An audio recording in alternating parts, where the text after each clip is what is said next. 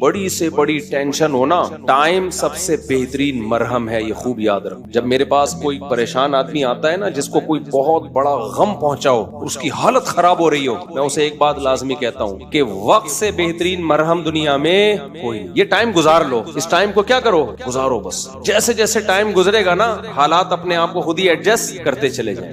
اللہ نے انسان کے باڈی میں ایسی ایک لچک رکھی ہے۔ میں نے ایک ڈاکٹر صاحب سے پوچھا، ڈاکٹر صاحب اب پین کلر ایجاد ہو گیا ہے، درد ہوتا ہے، لوگ ٹیکا لگاتے ہیں، پہلے زمانے میں کیا ہوتا تھا؟ داڑھ کے درد کی تکلیف کتنی زیادہ ہوتی ہے نا، داڑھ کا درد ہو رہا ہو، اب تو پین کلر کھا لیتے ہیں لوگ۔ تو کیا کرتے تھے؟ 2-4 دن کے بعد تو مرنے لگتے ہوں گے۔ انہوں نے کہا اللہ نے ایسا سسٹم بنایا ہے، پین جب زیادہ عرصہ چلتا ہے نا باڈی، یا تو وہ خود ہی باڈی اس کو کم کر دیتی ہے، یا وہ فیل ہونا کم ہو جاتا ہے۔ تو اللہ بھی تو ہے نا، اللہ کے میاں کا بھی تو ایک سسٹم ہے بنایا ہوا۔ جیل میں جو لوگ قید میں چلے جاتے ہیں، لمبے لمبے عرصے قید رہتے ہیں، جب وہ چھوٹ کے آتے ہیں بتاتے ہیں کہ شروع میں ہم 2-3 دن خودکشی کے خیال آتے تھے اس کوٹری میں، یار کیسے نکلیں گے، کہاں جا کے سر مارے، کہہ رہے ہیں 1 ہفتہ 2 ہفتہ 3 ہفتہ 4 ہفتہ، اس کے بعد یوز ٹو کیا ہو گئے۔ ایک آدمی 4 سال جیل میں رہ کے آیا، 4 سال، کہتا ہے 4 سال میں نے دھوپ، اچھا بھلا آدمی بھی بہادر آباد اور ڈیفنس کا جو لگژری لائف اسٹائل میں ٹائم گزارا، میں نام نہیں بتاؤں گا بدنام ہو جائے گا بیچارہ، ایسا نہ ہو مزید کوئی رشتہ ہی نہ دے اس کو،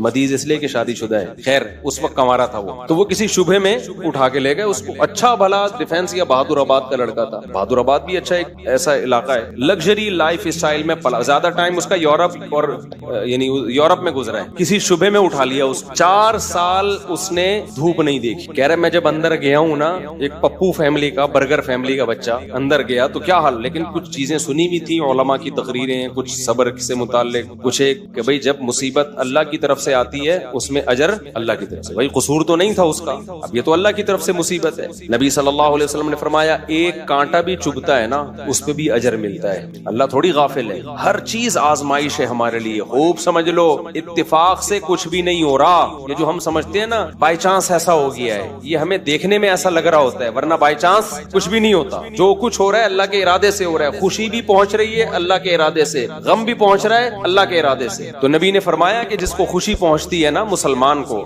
کافر کو خوشی پہنچتی ہے کہتے بائی چانس، یہ ہو گئے میری لک ہے، وہ لک کہتا ہے اس کو، لک ہے۔ ایک دفعہ میں ایک ڈاکومنٹری دیکھ رہا تھا، یہ جو کروڑوں اسپم ہوتے ہیں نا جو ماں کے رحم میں جاتے ہیں، جن میں سے ایک کو اللہ سلیکٹ کرتے ہیں انسان بنانے کے، تو ڈاکومنٹری میں کسی گورے نے لکھا ہوا تھا کہ آئی ون دس میچ، یعنی کروڑوں خربوں میں یہ میچ، بھائی تو نہیں جیتا ہے، یہ سلیکشن کس کی ہے، اللہ کی ہے۔ وہ کہہ رہے ہیں بھی بائی چانس ہو گیا کہ میں پیدا ہو گیا، بائی چانس کوئی بھی نہیں ہوتا، سب کس کا ارادے سے ہو رہا ہے، اللہ کے، اللہ نے تجھے پیدا کرنے کے لیے کمبخت سلیکٹ کیا ہے، اور اللہ پھر کہہ رہے ہیں نحن خلقناکم، ہم نے تمہیں پیدا کیا، ہمارا احسان ہے، تو اس احسان کا بدلہ دو۔ تو جہاں آپ یہ کہیں گے نا اتفاق سے ایسا ہو رہا ہے، وہاں خوشی پہ اتراؤ گے بھی اور غموں پہ ٹینشن میں بھی آؤ گے، یار کیوں ہو گیا میرے ساتھ۔ اچھا ہٹلر کتنا روتا رہتا آخری عمر تک، تبھی پھر وہ خودکشی کر لی اس نے کہ یار 1 ہفتہ پہلے میں رشیا پہ اٹیک کر دیتا، ہاں یار کتنی بڑی غلطی ہوئی ہے مجھ سے۔ وہ کہتے ہیں ایک ہفتہ پہلے اٹیک کر دیتے نا تو رشیا کا نقشہ کچھ اور ہوتا، وہ 1 ہفتہ رہ گیا، پتہ نہیں پولینڈ کس کے چکر میں رہ گیا، تو وہ رشیا نے اٹیک کر کے اس کی ایسی کی تیسی کر دی، تو روتا رہتا تھا وہ۔ ابے روتا رہتا نہیں، تو نے جو کچھ حرکتیں کی ہیں تو اللہ نے تجھے کیا دیا اس کا بدلہ، خیر تو توبہ کر لیتا، مسلمان ہوتا تو کیا کہتا یار اللہ کی طرف سے چپت لگ گئی ہے میرے، اب توبہ استغفار کر لو۔ اور توبہ ایسی خاندانی چیز ہے یار، کچھ بھی ہو جائے، ہٹلر مسلمان ہوتا کہتا میں نے ہزاروں لاکھوں انسانوں کو قتل کر دیا، بند کمرے میں جا کے گڑ گڑا لیتا اللہ سے معاف کر دے اللہ، دنیا کو نہیں پتا چلتا، اللہ کیا کر دیتا معاف، لیکن چونکہ کافر تھا تو کیا ہوا ہے، اس نے قوم کا مجرم تھا، وہ اس نے کہا کیا کر سکتے، اس کو پتا تھا پبلک نہیں چھوڑے گی، تو اٹھا کر کے مارکیٹ سے اپنے آپ کو شارٹ، انجام بھی برا، زندگی بھی بری، مسلمان کی زندگی بری ہو کم از کم انجام اچھا اس کے اختیار میں ہوتا ہے، یار اللہ کو منا لو، اللہ کہتا ہے 100 انسانوں کے قاتل کو بھی میں بخش دوں گا، خیر میں وہ واقعہ سنا دوں میں، تو وہ کیا ہوا ہے کہ وہ بہادر آباد کا پپو بچہ جو ہے نا کہاں چلا گیا، اب علماء سے اس کا تعلق تھا، ماشاءاللہ داڑھی بھی رکھی ہوئی تھی اس نے، کہ یار اب یہ غم کس کی طرف سے ہوتے ہیں، اللہ کی طرف سے۔ تو مجھے اپنا قصہ سنا، میں نے کہا یار 4 سال میں تو دھوپ میں نا 1 دن نہ بیٹھوں میں ڈپریشن میں جانا شروع ہو جاتا ہوں، جو بند کمروں میں لوگ سارا دن بیٹھے رہتے ہیں پتہ نہیں کیسے کیسے, نیچر سے جس کو بھی محبت ہوگی نا وہ دھوپ نہیں چھوڑ سکتا بھائی. بکریاں مرغی انڈے نہیں چھوڑ سکتا, دھوپ نہیں چھوڑ سکتا وہ. بکریاں مرغی تو چلو زیادہ ہو گیا لیکن وہ دھوپ نہیں چھوڑ سکتا وہ. تو میں نے کہا 4 سال آپ کیسے بند کمرے میں رہے ہیں, اور بھی قیدی تھے. کہہ رہے میں 2-3 دن تو ٹینشن میں رہا. پھر میں نے کہا اچھا یہ بھی نہیں پتا کہ نکلیں گے کب یہاں سے. یہ پتا ہو نا آدمی کہتا ہے چلو 4 سال میں دن گننا شروع کر دیں, یہ بھی نہیں پتا نکلیں گے یہ بھی نہیں نکلیں گے. کہہ رہے میں نے کہا جو ہونا تھا وہ تو ہو گیا, اب ہم تو جیل کی دیوار توڑ کے بھاگ نہیں سکتے. تو کہہ رہے میں نے کیا کیا, پھر وہاں پر میں نے اٹھک بیٹھک اور ایکسرسائز شروع کر کہ بھائی ٹائم کیا کرو. کہہ رہے اس کا فائدہ یہ ہوتا ہے 400 دفعہ میں بیٹھ کے, کیونکہ اور تو کوئی کام ہی نہیں ہے اسٹیمنا بنانے کے علاوہ. اسٹیمنا بنانے کے علاوہ کوئی کام ہے ہی نہیں. اچھا ہے بڑا پاورفل ماشاءاللہ, آپ کو بھی ملو تو آپ دیکھو بہت زیادہ ساری طاقت جیل میں بنائی ہے اس میں. کہہ رہے میں بیٹھ کے لگاتا تھا ان 4 پھر ڈپس لگاتا تھا, پتہ نہیں کتنے ڈپس لگا لیتا تھا, ایکسرسائز کرتا تھا. کہہ رہے اس کا فائدہ یہ ہوتا تھا اتنا تھک جاتا تھا کہ مجھے نیند خاندانی آتی تھی. ظاہر ہے نیند تو بیسیوں بیماری کا علاج ہے. ڈپریشن ختم کرنے کا سب سے بہترین ذریعہ ہی گہری نیند ہے. ڈاکٹر ڈپریشن کے مریضوں کو کیا دیتے ہیں, نیند کی گولیاں دیتے ہیں کہ سوتا رہے بس, پتہ ہی نہیں چلے پی ٹی آئی آ رہی ہے کہ جے یو آئی آ رہی ہے کہ مسلم لیگ آ رہے ہیں, کہ یہ ٹینشن ہی ختم, اسٹیبلشمنٹ کیا کر رہی ہے چھوڑو. تو کہہ رہے میرے ساتھ جو قیدی تھے نا وہ بہت سے اس میں پاگل ہو, کیونکہ بیٹھے رہتے تھے سوچتے رہتے تھے ہر وقت دماغ میں نا کیا یہاں سے نکلیں کیسے. حالانکہ بہت سے جرم کر کے آئے ہوئے تھے, ان کا تو بنتا تھا. کہہ رہے 4 سال کے بعد رہائی کا فیصلہ ہوا. کہہ رہے جب باہر نکلے تو پھر دنیا جنت لگی. پھر اب اس نے 4 شادی استغفر اللہ ان کی ہیں, تو خیر کی ہیں واقعی 4 کی. کہہ رہے اس سے مجھے پاور کیا ملی. کہہ رہے ہم تو مجرم تھے نہیں, ہم جب باہر آئے نا ہم نے کہا اچھا یہ ہوتا ہے, ٹوٹل سزا کیا ہے, کچھ بھی کر لو یہ ہے. کہہ رہے میرے اندر اتنا اسٹیمنا پیدا ہو گیا دنیا میں کچھ کر گزرنے کا. آپ کو پتا ہے جیل ہمارے مجرم بناتے ہیں, جیل میں جا کے نا اسٹیمنا بڑھ جاتا ہے مجرم کا, سمجھ رہے ہو. ایک تو اس کو یہ پتا ہوتا ہے آئندہ اس طرح سے کام کرو گے تو پکڑے نہیں جاؤ گے, اس طرح سے کیا تھا تو پکڑا گیا تھا نا, اب یہ والی غلطی نہیں کرنی. تو اس لیے شریعت میں جیل کی سزا نہیں ہے, شریعت میں ہے کہ اسی وقت نمٹا دو. چوری کی ہاتھ کاٹو, چلو بھائی نکل پتلی گلی سے, شاباش. ہم کیا کرتے ہیں چوری کی جیل, تو کہتا ہے یار اس دن وہ سی سی ٹی وی کیمرہ دیکھنا بھول گیا تھا میں, آئندہ تھوڑا خیال کر. پھر وہاں سارے چور ہی بیٹھے ہوتے ہیں, نیک آدمی تو آیا نہیں ہوتا جیل میں, تو چور آپس میں ان کی کیا ڈسکشن ہوگی, وہ تہجد کی باتیں تھوڑی کریں گے. وہ اب تو نے کیا کرتا ہے, وہ میں نے اتنے بندے مار دیے, آپس میں ان کا گینگ بنتا ہے, پھر آپس میں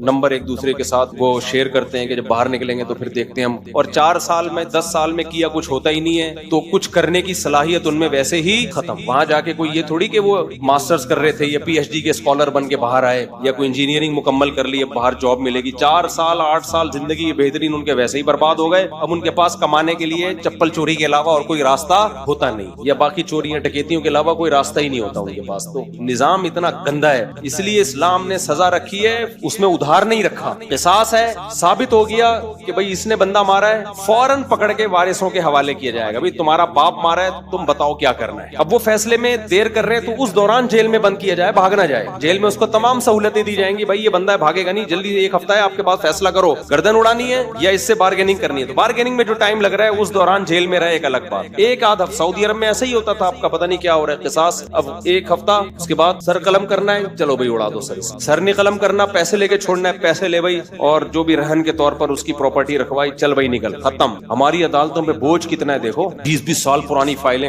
جج کے پاس پڑی ہوئی ہوتی. اسلام میں قصاص ہے. دانت توڑ دیے, ٹائم نہیں ہے بھائی, کون سا والا دانت توڑا, یہ والا, اب بتا دانت توڑنا ہے اس کا. دیکھو نبی صلی اللہ علیہ وسلم کی خدمت میں کتنا زبردست واقعہ ہے. حدیث میں آتا ہے حضرت انس رضی اللہ تعالی عنہ کی جو پھپھی تھی نا, کس کی, حضرت انس ابن مالک کی پھپھی. حضرت انس نبی کے خادم تھے. ان پھپھی نے اپنی باندی کو مکہ مارا یا تھپڑ مارا تو وہ باندی کا دانت ٹوٹ گیا. جو لونڈی تھی نا باندی, اس کا دانت ٹوٹ گیا. تو نبی کے پاس کیس آیا تو آپ نے فرمایا اللہ کی کتاب کے مطابق فیصلہ کروں گا.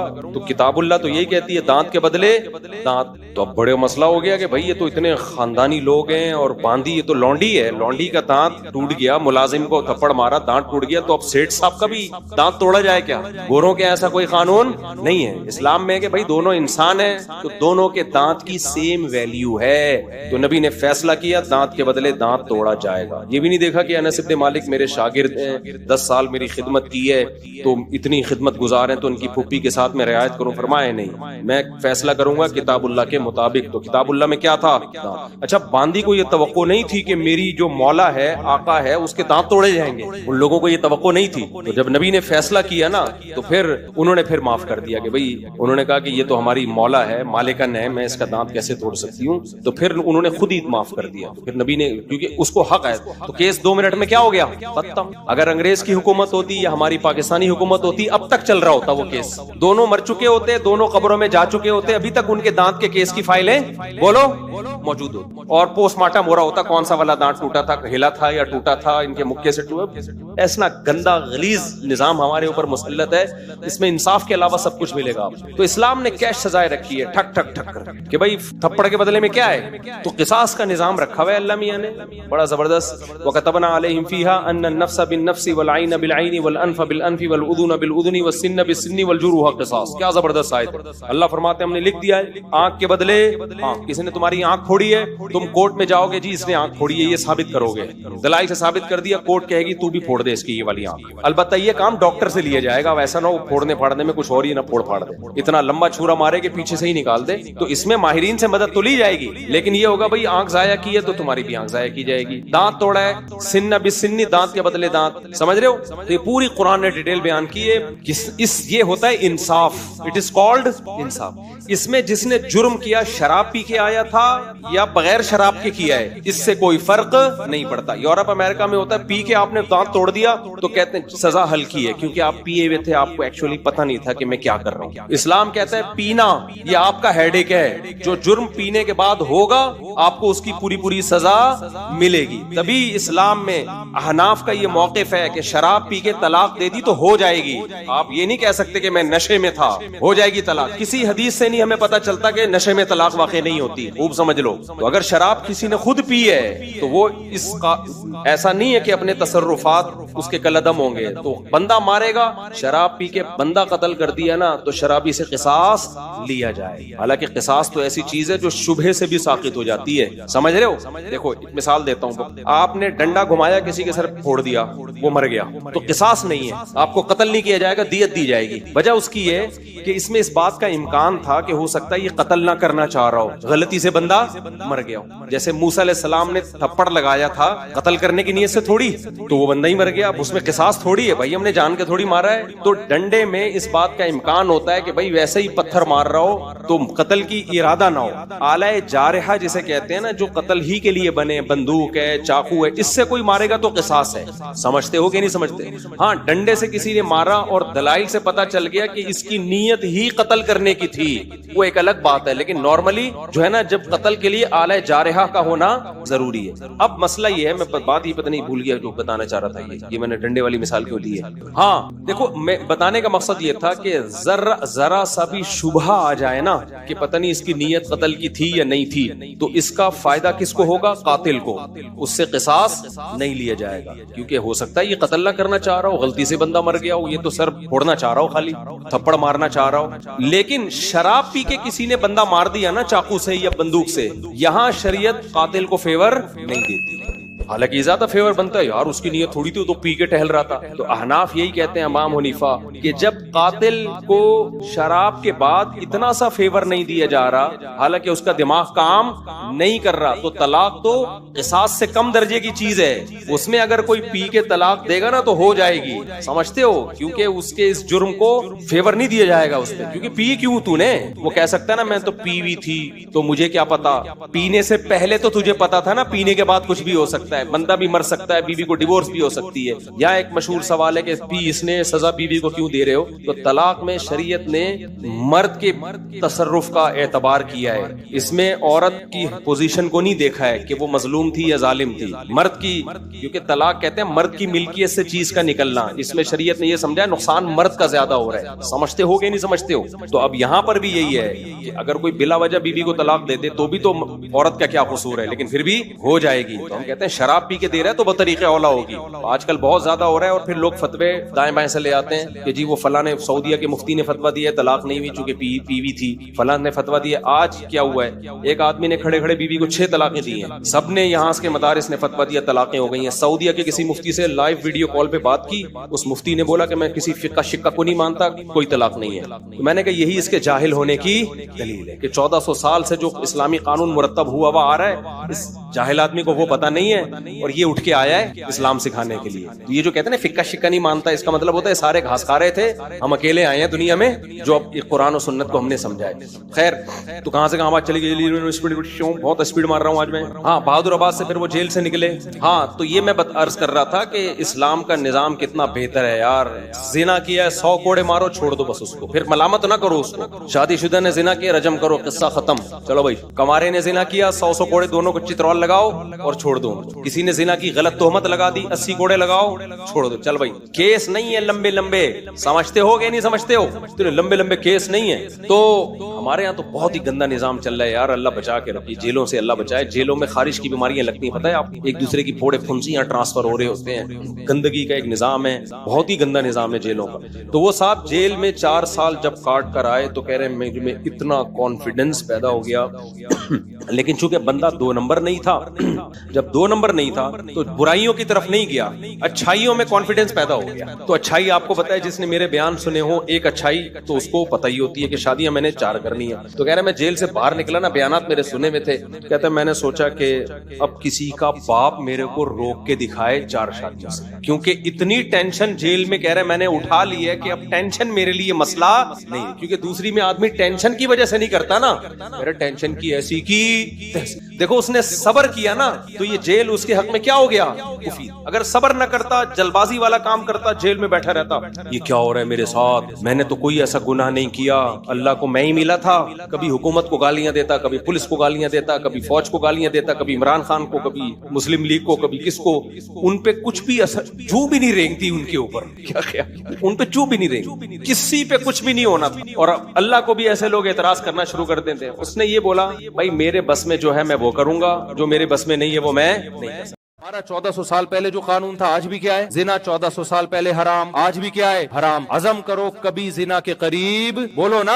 آج نوجوانوں میں, لڑکے لڑکیوں میں زنا بہت پھیل رہا ہے, اس کو برا سمجھنا چھوڑ دیا ہے. خدا کی قسم جہنم کے انگارے اپنے لیے جمع کر رہے ہو. زانی کی عیاشی پہ کبھی رشک مت کرو کہ یار اتنی لڑکیوں سے تعلقات, یہ اپنے لیے عذاب اکٹھا کر رہا ہے. اگر زنا اللہ کی نظر میں بہت برا عمل نہ ہوتا تو اسلام نے سورہ نور میں حکم نہ دیا ہوتا کہ جو کنوارا مرد زنا کرے یا کنواری لڑکی زنا کرے, چوک پہ کھڑا کر کے 100 کوڑے مارو. اور شادی شدہ مرد یا شادی شدہ عورت زنا کرے تو حکومت کو حکم دیا جا رہا ہے کہ زمین میں گاڑ کے پتھروں سے مار کے ہلاک کر دو. اس سے پتہ چلتا ہے یہ چھوٹا جرم, کسی جرم کی اتنی سخت سزا ہے اسلام میں کہ پتھروں سے, اللہ یہ بھی کہہ سکتا ہے گردن اڑا دو. نہ نہ نہ, میرڈ ہو کے زنا کر رہی ہے, حلال موجود ہے, حرام کی طرف جا رہا ہے. تو اللہ نے کیا کہا, نبی نے اس مرد کو بھی پتھروں, حالانکہ نبی کتنے رحم دل تھے, نبی صلی اللہ علیہ وسلم نے فتح مکہ کے موقع پہ سارے بڑے بڑے کافروں کو معاف کر دیا, جنہوں نے بڑا ظلم کیا تھا, سب کو معاف کیا, زانی کو معاف نہیں کیا. کیوں؟ آپ کے پاس معافی کا آپشن نہیں تھا. آپ نے فرمایا چور کا ہاتھ کاٹا, آپ نے فرمایا اگر میری بیٹی فاطمہ بھی چوری کرتی میں ہاتھ کاٹتا. کیوں؟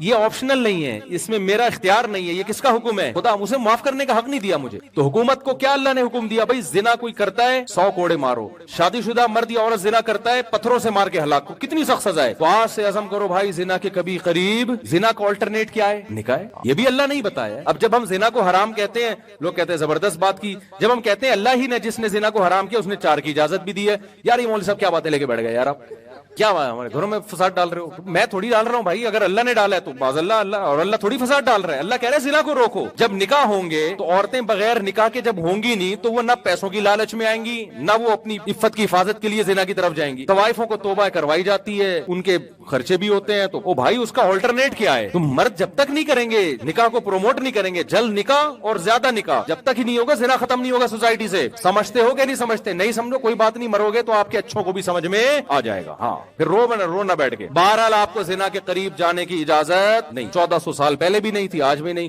یورپ میں 100 سال پہلے برا تھا یہ عمل, انہوں نے اب لیگل کر دیا اس کو. یار میوچل انڈرسٹینڈنگ سے اگر وہ کر رہا ہے تو کیا اس میں حرج ہے, کیونکہ وہ خدائی قانون کے پابند نہیں, ان کی اسمبلیوں میں قانون بنتے ہیں. ہم بھی اسمبلی کو دیکھتے ہیں لیکن پہلے کس کو دیکھتے ہیں؟ بولو نا, اللہ نے حرام کر دیا.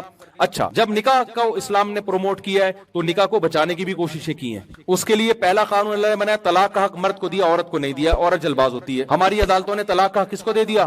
عورت کو بھی. آج کورٹ میں عورت جائے 2 منٹ میں اس کو خلا کی ڈگری ملتی ہے. بلے شوہر صحیح ہو غلط ہو اس کی بحث نہیں ہے. تو جج کو میں کہتا ہوں آپ اپنی بیوی کو طلاق دے سکتے ہو, دوسروں کی بیویوں کو آپ طلاق بولو نا نہیں دے سکتے. گورنمنٹ یار ہماری بیویوں پہ قبضہ کر کے بیٹھ گئی ہے, کوئی انسانیت ہے یار؟ یہ حقیقت بتا رہا ہوں. ابھی تو شکر کرو آپ کی بیویاں گئی نہیں ہے. آپ کی بیگم گئی کورٹ میں, اس نے کہہ دیا کہ مجھے اس کے ساتھ نہیں رہنا. کورٹ پوچھے گی کیا خرابی ہے؟ کوئی خرابی نہیں ہے, مجھے پسند ہی نہیں آ رہا, مجھے وسیم پسند ہے. بس میں آپ کو بتاؤں پاکستان کا لا ہے ریٹن میں کہ عورت کو وسیم پسند ہے, 70 سے خلا دے رہی ہے, کورٹ اس کو خلا دے گی, نہیں دے گی جج اندر ہو جائے گا. تو یہ قانون شریعت کے مطابق ہے, شریعت کے خلاف ہے. اس لیے جو دیندار عورت ہے کورٹ سے خلا لینے کے بعد علماء سے رابطہ کرے گی کہ قرآن و سنت کی روشنی میں یہ خلا ہوا ہے یا نہیں ہوا. جو بے دین ہے وہ رابطہ نہیں کرے گی. نہیں آئی بات سمجھ میں؟ اچھا, اسلام نے نکاح کو روکنے کے لیے کہا کہ 3 طلاقوں سے نکاح ختم ہو جاتا ہے, اس لیے 3 طلاقیں دینے پر پابندی لگا دی کہ اکٹھی 3 طلاقیں مت دو. اب جس کے دل میں خدا کا خوف ہوگا وہ طلاق دینے سے پہلے بیگم جو ہے نا وہ مفتیوں سے پوچھے گا کہ کیا شرعی طریقہ ہے دینے کا. جو خدائی قانون کا پابند نہیں وہ دھاڑ دھاڑ کیا کرے گا. آج ایک بندہ آیا 3 طلاقیں غصے میں لکھ کے اسٹیمپ پیپر پہ, پھر کہہ رہا ہے یار میں غصے میں تھا. ابے تو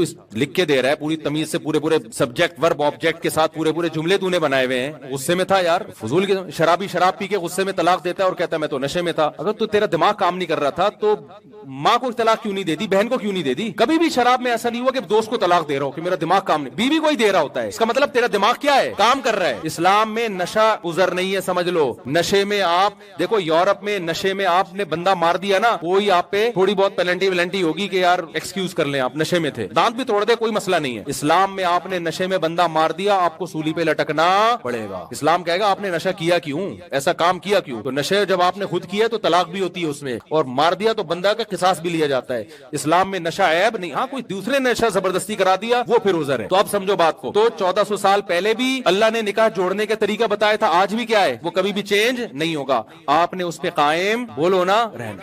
ایک اور چیز ہماری سوسائٹی میں ہومو سیکسولیٹی کو بڑا فروغ دیا جا رہا ہے. اسلام میں یہ عمل 1400 سال پہلے بھی حرام تھا, آج بھی کیا ہے حرام. گوروں کے ہاں پہلے لیگل تھا, انلیگل تھا, اب کیا ہو گیا ہے لیگل ہو گیا ہے. کہہ رہے ہیں یار کوئی بات نہیں, جب وسیم اور ستار آپس میں شادی کرنا چاہتے ہیں تو کیا مسئلہ ہے. وسیم جانے وہی کوئی وسیم بیٹھا ہو تو معذرت کے ساتھ انگریزوں کے وسیم کی بات کر رہا ہوں, یہاں کی میں بات ہی نہیں کر رہا. میں نے لوگوں سے کہا تھا یہ قانون ہمارے سوسائٹی میں آ رہا ہے اور اس کے سائیڈ افیکٹ آنا شروع ہوں گے, اور شکر کرو تم, میں نے لوگوں سے کہا اپنے بچوں کو قرآن پہ لے کر آؤ ورنہ بہت پچھتاؤ گے. اب قرآن پہ چلنا پہلے سے زیادہ ضروری ہو گیا ہے, ورنہ تمہاری سوسائٹی تباہ ہو جائے گی. ورنہ تمہارا بچہ بڑا ہوگا وہ کہے گا ابو میں نے شادی کرنی ہے, میرے لیے میل بہو تلاش کرو. گوروں میں ہو رہا ہے ایسے, حقیقت بتا رہا ہوں, میل بہویں آ رہی ہیں, کنفیوز ہے کہ یہ کمبخت میری داماد ہے یا میری بہو ہے یہ. اور یہ آپ مذاق سمجھ رہے ہو, ایسا ہونا شروع ہو گیا ہے. میرے پاس فون آیا ہے, میرا بیٹا کہہ رہا ہے میں مطلب معاف فرمائے یہ باتیں کرتے ہوئے بھی برا لگ رہا ہے مجھے. تو بھائی اپنا اسلام سے رشتہ اگر نہیں جوڑ کے رکھا نا, آپ کا سارا سیٹ اپ کی ایسی کی, گوروں کے پاس اسلام نہیں ہے تو بکھر گئے بیچارے وہ. تو آپ اسلام کی قدر کرو. تو اسلام میں یہ ہومو سیکسولیٹی پہلے بھی حرام تھی, آج بھی کیا ہے حرام ہے. یہ کبھی بھی لیگل نہیں ہو سکتی. لوط علیہ السلام کی پوری قوم کو اٹھا کے اللہ نے پٹک دیا. اسلام میں شراب پہلے بھی حرام تھی, نشہ پہلے بھی حرام تھا, چرس ہیروئن پہلے بھی حرام تھی, آج بھی کیا ہے حرام ہے. عزم کرو کبھی بھی نشے کے قریب مت جائیں گے. سوال پیدا ہوتا ہے ڈپریشن میں پھر کیا کریں, ٹینشنیں اتنی ہیں, پیٹرول مہنگا, یہ مہنگا. تو بھائی نشے سے ڈپریشن ختم نہیں ہوتی, نشے سے ڈپریشن بڑھتی ہے, وقتی ختم ہو جاتی ہے. بلکہ ایک ٹینشن اور کہ اب یہ مہنگی نہیں ہو گئی, اب وہ لت پڑ گئی اس کی. اب جس کو شراب پینے والے کو نہ ملے اس کا دماغ ہی نہیں کام کر رہا ہوتا. تو کبھی شراب کے قریب بولو نا نہیں جانا. یہ اللہ میاں نے کیا کیا ہے, حرام قرار دیا ہے. پھر میرے بھائی اللہ کا ایک اور حکم ہے جو 1400 سال پہلے بھی تھا, آج بھی ہے, قیامت تک, کیونکہ اللہ کا قانون تبدیل نہیں ہو سکتا. آپ کو بوڑھے والدین کو گھر میں رکھ کے ان کے قدموں میں جنت تلاش کرنی ہے. انگریز لوگ پہلے یہ کام کیا کرتے تھے, اب انہوں نے سائنسی ترقی کر لی ہے. اب وہ کہہ رہے ہیں بوڑھوں کو ہم گھر میں رکھیں گے, اس سے کووڈ پھیلنے کا خطرہ ہے. جب وہ کھانستے ہیں تو جرمز پھیلتے ہیں, پھر لائف کو انجوائے نہیں کرنے دیتے. ہمارے ابا کہاں انجوائے کرنے دیتے ہیں, آپ کو پتا ہے نا, کہاں سے آ رہا ہے کدھر جا رہا ہے, سارا دن ابا کے یہ سوال ہوتے ہیں. انجوائے کرے گا آدمی, کہاں سے آ رہا ہے کدھر کو, ابا اتنا تو پوچھتے ہیں نا. ہاں وہ پھر شادی کے بعد بیویاں پوچھتی ہیں کہ کدھر سے آ رہا ہے, پھر سالے پوچھتے ہیں. انگریزوں کے یہاں سالے ہوتے ہی نہیں ہے, گرل فرینڈ کا تو کوئی رشتہ ہی نہیں ہے نا, تو سالے لیس قوم ہے وہ. اب آپ سوچو جس کے 2 سالے ہوں ٹینشن میں ہو, جس کی 4 شادیاں اور ہول سیل کے حساب سے سالے ہوں, پھر بھی آگے بیان کر رہا ہے. یہ حوصلہ اللہ نے مسلمانوں کو دیا ہے, یہ انگریزوں کو نہیں ہے. تو خیر اچھا, میں جو بات جلدی سے کمپلیٹ کروں, کھانا بھی لگ رہا ہے, دیر بھی ہو رہی ہے. تو آپ نے ابا کو گھر میں رکھنا ہے, اماں کو گھر میں, یہ آپشنل نہیں ہے. اگر کل گورنمنٹ قانون بنا دیتی ہے کہ اولڈ ہاؤس ہم نے بنا لیے, ابا کو وہاں جمع کرا سکتے ہو, ہمارے لیے پھر بھی جمع کرانا جائز نہیں. حدیث میں آتا ہے جس کو بوڑھے والدین ملے اور خدمت کر کے جنت واجب نہ کر لی, اس پہ اللہ کی لعنت ہو. کیا مطلب؟ بہترین آپشن جنت کا اس نے اپنے ہاتھ سے ضائع کر دیا. انگریز کیوں بوڑھے والدین کو نہیں رکھتا؟ وہ جنت کو مانتا ہی نہیں ہے. کہہ رہے یار لائف کو انجوائے کرو یار, یہ بڈھا بہت عجیب حالات ہیں وہاں کے. اب میں زیادہ نہیں بیان کرتا, وہ ویزے پہ پابندی نہ لگا دیں کہیں میرے. تو ایک دفعہ لگا دی تھی, بڑی مشکل سے ہٹوائی ہے. تو مسئلہ ہے ان کے ساتھ بہت زیادہ. ایک رخ آپ دیکھ رہے ہو, دوسرا نہیں دیکھ رہے تصویر کا. وہ تھینک یو بہت زبردست کرتے ہیں, بہت اچھے اخلاق ہے, میں مانتا ہوں. ہمارے اخلاق نہیں ہے, ہمارے یہاں جو بدتمیزی ہے نا پتہ چل جاتا ہے آنے کے بعد. پھر بھی یار اپنے بوڑھے والدین کو کیا کرتے ہیں؟ گھر میں رکھتے ہیں. تو گھر میں ہی رکھنا ہے آپ نے, ان کے قدموں میں جنت تلاش کرنی ہے. یہ آپشنل نہیں ہے, یہ لازمی ہے, یہ کرنا ہے آپ نے. اور اللہ نے ہمیں حکم دیا کہ اللہ کی, یہ تو مخلوق کے حقوق تھے, اللہ کی عبادت میں 5 ٹائم مسجد میں جماعت سے نماز بولو نا پڑھنی ہے. انگریز نہیں پڑھتا, وہ اس کو کامیابی سمجھتا ہی نہیں ہے. کہتے اس کا کامیابی سے پیسے تو, ہاں اگر فجر کی نماز میں $20 مل رہے ہو تو شاید پھر وہ کہیں یار جو بے روزگار ہے وہ آ جائیں. تو ہم نے کیا کرنا ہے؟ تو آج سے عزم کریں 5 ٹائم پابندی سے نماز پڑھیں گے. کرتے ہیں کہ نہیں کرتے؟ انگریز کہتا ہے عورت پردہ کرے نہ کرے اس کا ذاتی معاملہ ہے, کلچر کا حصہ ہے. کچھ برقع پہنتی ہے, کچھ نہیں پہنتی. اللہ کہتا ہے کلچر کا حصہ نہیں ہے, عورت کو اپنی زینت چھپانی پڑے گی ہر نامحرم سے. انگریزوں کے ہاں نامحرم اور محرم کا کوئی کانسیپٹ بولو نہیں. اسلام میں یہ محرم ہے, یہ نامحرم ہے. وہ کہتے ہیں یار کیا ٹینشن میں ڈالا ہوا ہے محرم نامحرم. اسلام نے آپ کو ٹینشن میں ڈالا ہے کہ لا یبدین زینتہن الا لبعولتہن و آبائہن و ابنائہن. اللہ کہتے ہیں اپنے شوہر کے سامنے آ سکتی ہے, باپ کے سامنے آ سکتی ہے, بھائی کے سامنے آ سکتی ہے, اور اپنے بہن کے بیٹوں کے سامنے, بھائی کے بیٹوں کے سامنے, چچا کے سامنے, سسر کے سامنے. اس کے علاوہ سب کیا ہے بولو نا نامحرم. کزن کیا ہے؟ پردہ کرنا پڑے گا کزن سے. بھابھی کو دیور سے پردہ کرنا پڑے گا. ممانی کو اپنے شوہر کے بھتیجوں سے پردہ, بھانجوں سے پردہ کرنا پڑے گا. تو جب شادی ہوتی ہے تو ایسا لمبا چوڑا ایک سلسلہ شروع ہو جاتا ہے. بیگم سے شادی ہوئی, اس کی بہنوں سے بھی پردہ ختم. اس کی مامی آپ کی مامی بن گئی, اس کی خالہ آپ کی ہے. پوری کائنات تھوڑی آپ کی ہو گئی ہے یار, اتنا مہر تھوڑی دیا تم نے. بھائی آپ کی بیگم آپ کی ہے, اس کی اماں آپ کی اماں بن گئی, اس کے ابا آپ کے ابا بن گئے, باقی سارے ویسے ہی ہیں جیسے پہلے. جس سے بھی زندگی میں کبھی بھی نکاح ہو سکتا ہے, ساس سے کبھی بھی نہیں نکاح ہو سکتا, چاہے بیوی کو طلاق بھی ہو جائے پھر بھی نہیں ہو سکتا. سوتیلی بیٹی سے کبھی بھی نکاح نہیں ہو سکتا, وہ محرم ہے. اس کے علاوہ کیا ہے؟ سارے نامحرم ہیں, ان سے عورت کو پردہ بولو کرنا پڑے گا. اگر اللہ کو مانتے, نہیں مانتی تو جو مرضی کرو بھائی. تو یہ بہت سارے شریعت کے احکام ہیں, اور بھی بہت سارے ہیں, اب میں بیان کروں گا. تو ایک حکم یہ بھی ہے کہ بھوک لگے تو کھانا کھا لو, یہ والا حکم رہ جائے گا پھر, صحیح ہے نا.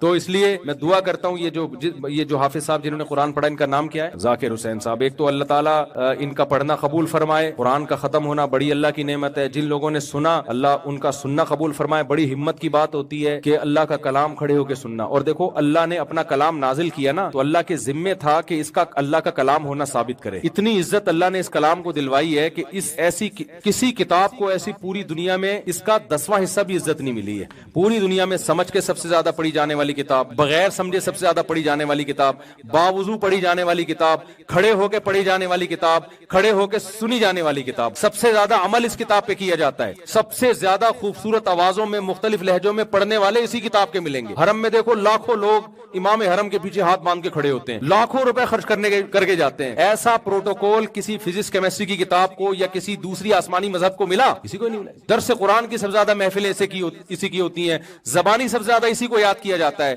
اور اس کا ایک ایک حرف 1400 سال سے ایسا محفوظ ہے کہ اگر میں نے کل تراویح پڑھا رہا تھا نا, میں نے ایک لفظ پڑھا کہ ثم لننسفنہ فی الیم نصفا, میں رکوع میں چلا گیا, ثم لننسفنہ فی الیم نصفا پڑھا میں نے. نصفا کو کیا پڑھ لیا؟ نصف. اگلے دن قاری صاحب نے کہا بھائی آج دوبارہ ریپیٹ کر لینا, نصفا نہیں ہے نصفا ہے. ہم نے دوبارہ ریپیٹ کری, ہمارے باپ کو بھی ریپیٹ کرنی تھی دوبارہ. یار دنیا میں کوئی ایسا ہے کہ ایک زبر زیر پیش کو ایسا 1400 سال سے محفوظ کیا جا رہا ہو؟ دوسرے کوئی ہوتے مذہب یار چلو نصفا ترجمے میں تو کوئی فرق نہیں پڑ رہا نا, چلو یار چل, نہیں جانے دیں گے بھائی آپ کو. نصفا ہے تو نصفا ہے, نصفا نہیں ہو سکتا. وہ نہیں آئی بات میرا خیال ہے سمجھ میں. یہ ایک مستقل ٹاپک ہے قرآن کی کیسے. اللہ نے کہا کہ میرا کلام ہے نا, تو اب کوئی نبی تو آئے گا نہیں, کوئی کتاب آئے گی نہیں. اگر یہی تحریف ہو گئی نا تو پھر مسئلہ یہ ہو جائے گا کہ لوگ کہیں گے وہ مولوی کہتے ہیں ٹانگیں چوڑی کرو, وہ کہتے ہیں ٹانگیں پتلی کرو, وہ کہتے ہیں ہاتھ ادھر باندھو, وہ کہتے ہیں ادھر باندھو. لوگ کہیں گے یار ان کے پھڈے نہیں ختم ہو رہے, ہم مذہب چھوڑ رہے ہیں. اللہ نے کہا یہ میری کتاب ہے, کسی کا باپ بھی اس کو تبدیل نہیں کر سکتا, یہ اصل ہے اور یہ قیامت تک رہے گی. ایسی حفاظت کر کے دکھا دی تاکہ اس پہ انگلی نہ اٹھے. تو جس فرقے کا بھی مولوی ہوگا نصفہ کو نصفہ ہی پڑھ رہا ہوگا, نصفہ کو نصفہ پڑھ رہا ہوگا. کیا خیال ہے بھائی؟ چاہے جتنی مرضی ٹانگیں چوڑی کرے پتلی کرے, زور سے آمین کیا آہستہ میں, قرآن کیا کرے گا وہ نہیں تبدیل کر سکتا. اللہ نے کہا تاکہ اس میں چینجنگ ہوگی تو مسئلہ خراب ہو جائے گا. اس میں اللہ نے بھی بتا دیا کہ ٹانگیں ایسی کرو ایسی کرو, یہ اتنا بڑا ایشو نہیں ہے. پڑھ تو لو نا نماز کسی بھی طریقے سے. تو اس لیے میرے بھائی زنا سے دور رہنا ہے, نشے سے دور رہنا ہے, جو آج کل کی اخلاقی برائیاں, نماز پابندی سے پڑھنی ہے. اور زنا سے دور رہنے کا مطلب اپنی آنکھوں کی حفاظت. جب بد نظری ہوتی ہے آج سے یہ عزم کرو, رمضان میں جتنے لڑکیوں کے نمبر وسیم اور غفار کے نام سے سیو کیے ہوئے سارے کیا کر دو, ایک ڈیلیٹ کرنے سے پہلے ایک کام کر لو. یہ آپشن صرف میں دوں گا آپ کو. یہ عام طور پر مولانا حضرات کہیں گے ڈیلیٹ کر دو, ہم کہیں گے نہیں, پیغام بھیج دو کہ میرا ارادہ شادی کرنے کا ہے, اگر آپ راضی ہیں تو میں ابا کو لے کے آ رہا ہوں. شریف لوگ ابا کو ہی لے کے جاتے ہیں. اچھا اچھا اچھا اچھا, وہ مجھ سے بھی بڑی شکایت ہے ان کو. اچھا مفتی صاحب معذرت کے ساتھ آپ سے مجھے بہت شدید قسم کی شکایت ہے, وہ یہ کہ آپ ہمیشہ مردوں کی دوسری تیسری چوتھی شادی کی ترغیب دیتے ہیں, مگر جتنی ترغیب اور زور شادیوں پر دیتے ہیں اتنا زور دوسری تیسری بیویوں کے حقوق پر نہیں دیتے, جس کی وجہ سے مرد شادیاں تو کر رہے ہیں مگر چھپ کے اور بہت ساری زیادتیوں کے ساتھ. بیوی اور طلاق یافتہ کی مجبوری ہوتی ہے وہ کر لیتی ہے. اچھا بیوہ اور طلاق یافتہ کی مجبوری ہوتی ہے وہ کر لیتی ہے, مگر ساری زندگی ایک عذاب میں گزارتی ہے اور وقت گزرنے کے ساتھ نہ ادھر کی رہتی ہے نہ ادھر کی رہتی ہے, زیادتیوں کی لپیٹ میں آ جاتی ہے. ساتھ نہیں رکھتے یا رہتے ہیں تو دوسری بیوی کے ساتھ. رمضان عید بقرعید جیسے موقعوں پر بھی ساتھ نہیں ہوتے. سوشل اسٹیٹس نہیں دیتے, اپنے ماں باپ بہن بھائیوں سے دور رکھتے ہیں. گھر کی مکمل ذمہ داری عورت پر ہوتی ہے. اگر عورت کے پہلے شوہر سے بچے ہیں تو ان کی مکان رہائشی ذمہ داری بھی عورت اٹھاتی ہے. رات کو اکیلی رہتی ہے, بیماری میں اکیلی ہوتی ہے, روتی رہتی ہے. اچھا کسی سے دل کا حال کہے تو غیبت کہلاتی ہے, ورنہ چپ رہے تو ڈپریشن کا شکار ہوتی ہے. میں اس سے زیادہ جانتا ہوں, یہ کچھ بھی نہیں ہے ان خاتون کے ساتھ, وہ میں ابھی آتا ہوں اس کی طرف. یتیم بچوں کی مرد کی طرف سے سرپرستی سے محروم رہتی ہے, زمانے کے تانے سنتی ہے, اس کی موت. دیکھیں یہ جتنی باتیں لکھی ہیں ہاتھ میں, اس سے زیادہ خواتین کے ظلم کی داستانیں بیان کر چکا ہوں جنہوں نے دوسری شادی کر کے عورت کو لٹکا دی. آج میرا بیان اسی پہ ہوا ہے کہ یہ جو چھپن چھپائی والے کیس ہے نا, بیگم سے چھپ کے شادی کی کسی عورت سے, چند دن میں جب دماغ سے ایک بھوت اتر گیا تو اس کو لٹکا کے چھوڑ دیا. آج ہی میرا بیان اس کے خلاف ہوا ہے. ابھی میں وہیں سے بیان کر کے آ رہا ہوں نا, اسی کے خلاف. تو یہ جن خاتون نے خط لکھا ہے, میں مانتا ہوں ایسی بہت ساری خواتین ہیں, لیکن اس کا حل یہ نہیں ہے کہ میں دوسری کی ترغیب دینا چھوڑ دوں. دیکھو ایک بیوی پر بھی تو بہت ظلم ہوتا ہے کہ نہیں ہوتا ہماری سوسائٹی میں. کتنے مرد ہیں جنہوں نے ایک شادی کی اور الٹا یعنی بیوی کا بیڑا غرق کر دیا انہوں نے, ہے کہ نہیں ہے, لیکن اس میں یہ کہنا شروع کر دیں کہ نکاح نہ کرو. اس کا حل یہ ہے کہ اللہ کے عذاب سے ڈرایا جائے. تو اسلام نے بھی وجہ اس کی ہے کہ اگر ہم مردوں کو یہ کہیں کہ نکاح نہیں کرنا ہے تو عورت کا اور زیادہ بیڑا غرق ہوگا, سوسائٹی میں زنا پھیلے گا. تو دوسری تیسری شادی کا اگر ہم لوگوں کو روکنا شروع کر دیں نا, تو مسئلہ یہ ہے کہ بہت ساری بیوہ طلاق یافتہ کماری جن کی عمریں نکل رہی ہیں ان کی شادی کے چانسز ختم, ناممکن ہے, وہ زنا کی طرف جائیں گی, کوئی کفالت کرنے والا نہیں. ابھی ایک کیس میرے سامنے آیا ہے چند دن پہلے کہ 30 سال کی لڑکی بیوہ ہوئی ہے, 3 اس کے بچے ہیں, بچیاں ہیں, کوئی اسے پوچھنے والا نہیں ہے. لوگ زکاتیں دے رہے ہیں اس کو جا کے. بھائی اس کے دیور سے بولو یار تو یتیم بچے تمہاری بچیاں تمہاری بھتیجی ہیں, ان کے باپ بن جاؤ تم, کوئی ایسا. تو اس کا تو میں بیان کرتا رہتا ہوں کہ مرد جب دوسری شادی کرے حقوق پورے کرے. اور یہ قرآن نے بھی کہا ہے کہ ان خفتم اللہ تعدلوا, عدل کا پہلے سوچنا ہے, عدل نہیں کرو گے تو تمہارے لیے اس کی اجازت نہیں ہے. اور نبی نے فرمایا جس نے 2 شادیاں کی اور حقوق پورے نہ کیے, قیامت کے دن آدھا دھڑ فالج زدہ ہوگا اس کا, یہ عذاب اللہ اس کو دے گا. تو یہ بالکل ایک المیہ ہے, لیکن اس کا یہ حل نہیں ہے کہ نکاح کی ترغیب دینا بند کر دی جائے. ترغیب بھی چلے گی اور ساتھ ساتھ وعید بھی چلے گی کہ کرنا بھی ہے اور حقوق ادا کر کے کرنا ہے. تو مرد کو چاہیے جب دوسری کی ہے تو دوسری کے بالکل وہی حقوق ہے جو کس کے ہیں, پہلی کے, اور پہلی کے بالکل وہی حقوق ہے جو ادھر ادھر لڑکنا نہیں ہے آپ نے, تو کرنا پراپر طریقے سے ہی ہے. تو اس میں جو جس بہن نے بھی خط لکھا ہے, میں اس پہ بہت دفعہ بیان کر چکا ہوں, لیکن میرے جو بیان یوٹیوب پہ آتے ہیں نا, ایک تو میرا چینل ہے مفتی طارق مسعود اسپیچز, اس پہ آتے ہیں, وہ پورے 1.5 گھنٹے کے بیان ہوتے ہیں جس میں شادی کی بات بھی ہوتی ہے, حقوق کی بات بھی ہوتی ہے. لیکن جو دوسرے چینل میرے بیانات چلا رہے ہیں وہ شارٹ کلپ چلاتے ہیں, وہ چٹکلے والی چیزیں چلا رہے ہوتے ہیں کیونکہ ان کو ویورز چاہیے, پیسہ کمانا ہے ایڈورٹائز کے ذریعے. وہ کہتے ہیں کہ یار جو مزیدار قسم کا کلپ چلے گا نا سوسائٹی میں, اس پہ ویسے ہی تھمبنیل لگا کے وہ پھر پوری بات نہیں کر رہے ہوتے. میں ایک مثال دے کے بیان ختم کرتا ہوں. میں نے ایک دفعہ بیان کیا کہ بھائی جو نوجوان لڑکے ہیں نا ان کی جلدی شادی ہونی چاہیے. بہت سارے نوجوانوں نے کیا کیا, ابا کو جا کے تنگ کرنا شروع کر دیا. ہم 15 سال کے ہو گئے, ہم 18 سال کے ہو گئے, ہم 19 سال کے ہو گئے, بالغ ہو, ہماری شادی کرو شادی کرو. ابا آئے ان کے میرے پاس کہ یار ابھی کچھ کماتا نہیں ہے, میں نے اس کو پال پوس کے بڑا کیا, اب اس کی 20 بچوں کو بھی میں ہی پالوں گا. میں نے کہا حضرت میرا 1 گھنٹے کا بیان اگر اس پر ہوا ہے نا کہ نوجوان جلدی شادی کریں, تو 2 گھنٹے کا اس پر ہوا ہے کہ اپنے خرچے پہ کریں. آئی بات سمجھ میں؟ 2 گھنٹے کا اس پر ہوا ہے کہ کریں کہ اس کے خرچے پہ, کما کے اپنے خرچے پہ کریں. ابا کے خرچے پہ نہیں. میں نے کہا ہوا یہ ہے کہ میرا 1 گھنٹے کا بیان اس پر ہوا تھا کہ 4 شادیاں کریں, 1.5 گھنٹے کا اس پر ہوا تھا کہ حقوق بھی پورے کریں. ہوا یہ, ایک لطیفہ سناؤں پھر یہ سمجھ میں آئے گا, ایک لطیفے سے یہ سمجھ میں آئے گا. ایک دفعہ نا ایک گورنمنٹ کے ایک پروجیکٹ دیا, ایک صاحب گئے, اس نے دیکھا 2 بندے کام کر رہے ہیں, ایک گڑھا کھود رہا ہے جو مٹی باہر نکلتی ہے نا, دوسرا وہ مٹی اس گڑھے میں ڈال کے اس گڑھے کو کیا کر رہا ہے, بولو بند کر. یہ حیران ہوا کہ یار کھودتے کیوں جب واپس بند کرنا ہے. اس نے پوچھا مسئلہ کیا ہے. اس نے کہا گورنمنٹ نے 3 آدمیوں کو پروجیکٹ دیا تھا درخت لگانے کا. میرا کام تھا گڑھا کھودنا, دوسرے کا کام تھا اس میں درخت رکھنا پودا, تیسرے کا کام تھا مٹی ڈالنا. وہ دوسرا چھٹی پہ گیا ہوا ہے تو ہم اپنا کام پورا کر رہے ہیں. دوسرا کہاں گیا ہوا ہے, چھٹی پہ. وہ اتفاق سے اس کی طبیعت صحیح نہیں, تو ہم نے کہا ہم تو گڑھا کھود کا اور مٹی ڈالنے والا کام تو پورا کریں نا, درخت وہ لگاتا رہے گا. تو میں نے کہا مسئلہ یہ ہے کہ جب میرا 4 شادیوں پہ بیان ہوا تھا تو یہ صاحب موجود تھے, جب حقوق پر بیان ہوا تو یہ چھٹی پر تھے اس دن.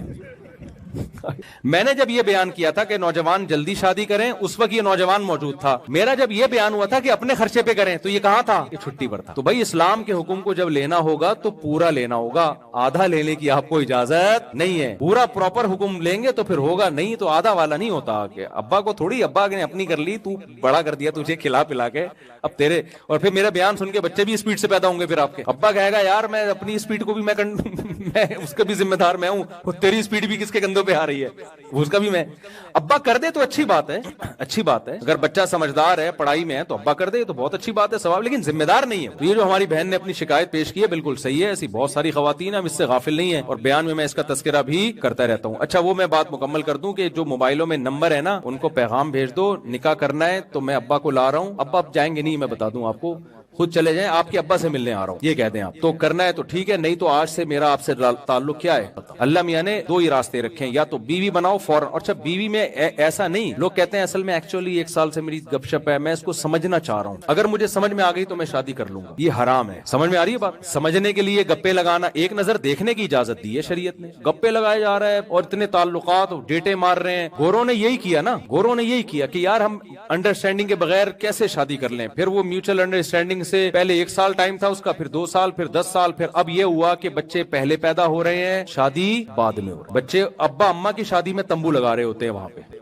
تو میرے بھائی جو نکاح کے بعد کی لائف ہے وہ بالکل ڈیفرنٹ ہوتی ہے, نکاح سے پہلے والی بالکل ڈیفرنٹ ہوتی ہے. شریعت نے اجازت دی, ایک نظر دیکھ لو, پسند نہیں آئی تو مت کرو, پسند آ گئی ہے تو نکاح کرو. اس کے علاوہ آپ کے پاس عورت تک پہنچنے کا کوئی راستہ نہیں ہے. قرآن نے بڑی سخت دھمکی دی ہے, فمن ابتغى وراء ذلك. اللہ کہتے ہیں اس باؤنڈری کو جو کراس کرے گا نا, فاولئک هم العادون, انہوں نے میری حدود کو کراس کیا ہے, میری باؤنڈری کو کراس کیا, میں انتقام لوں گا ان سے. ان اللہ عزیز ذو انتقام, انتقام لوں گا. تو جو ہے آپ کے پاس اب تک موبائلوں میں نمبر ہے, نکاح کر لیں. یا اس کو اگر وہ کہنا ایکچولی میری گھر والے, جب گھر والے مان جائیں گے تو رابطہ کر لینا, ایک مس کال دے دینا, میں سمجھ جاؤں گا گھر والے مان گئے. اس کے علاوہ مجھ سے رابطہ جتنے غفار وسیم کے نام سے سیو کیے اڑا دیں سالے, کیونکہ مجھے پتا ہے اتنے نیک آپ بھی نہیں ہیں. ٹھیک ہے نا, تو یہ لوگوں نے ایسے ہی کیے ہوئے ہوتے ہیں, تو یہ سارے اڑا دیں. جو سچی مچی کا غفار ہے اس کو رہنے دیں, آپ سچی مچی کے ستار کو رہنے دیں, سچی مچی کے سلیم کو بھی رہنے دیں, جھوٹی موٹی کے سارے کیا کر دیں, نکال دیں.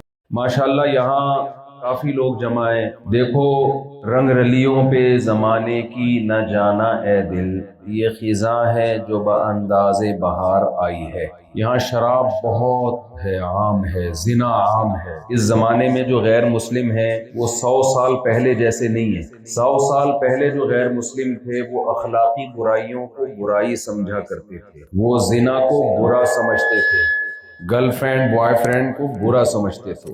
ہم جب فقہ کی کتابیں پڑھتے ہیں, اسلامی قانون پڑھتے ہیں جو ماضی میں فقہا نے لکھا ہے, تو جب بھی زنا کی بات آتی ہے تو لکھتے ہیں کہ حرام فی الادیان کلھا, یہ زنا بدکاری ایسی چیز ہے جو تمام مذہبوں میں حرام ہے, تمام کلچروں میں حرام ہے.